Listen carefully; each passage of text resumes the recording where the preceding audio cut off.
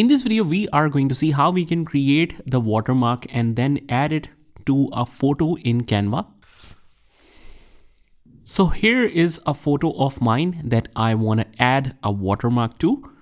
So there are a couple of ways you can do that. First of all, let's go to the text, and you can use basically any text style to create your own watermark.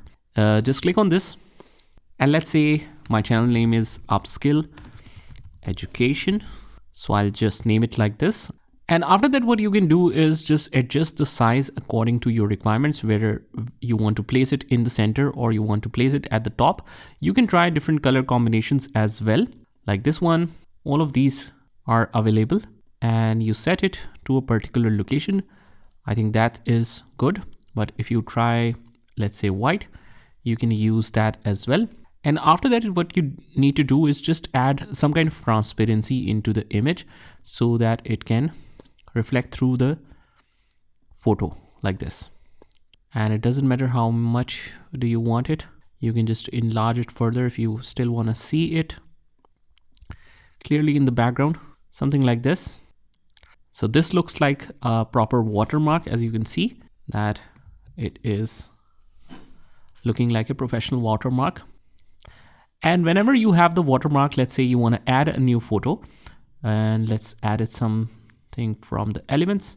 Let's say this is the new photo, set image as the background. And after that, you can just copy this, or you can create a copy of this just by holding the alternate key and move it down, and it will create immediately a copy of it. Then after that, you can cut it, you can paste it however you want, wherever you want. Now this is one way of adding the watermark if this is a text-based watermark.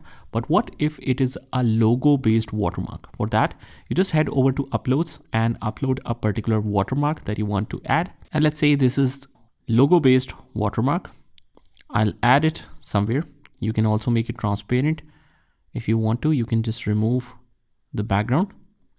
But that's obviously a feature for the educational version or a pro version. Let's keep it like this.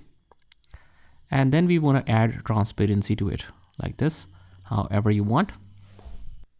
So these are some of the ways where you can add a watermark to your photo. After that, you can just click on share and download it in the regular way like you already do. Save it as a JPEG format. Let me just save a current page. Let's open this up, and this is the photo with the watermark. So that's how you do it. Just try this by yourself, and I will see you in the next one.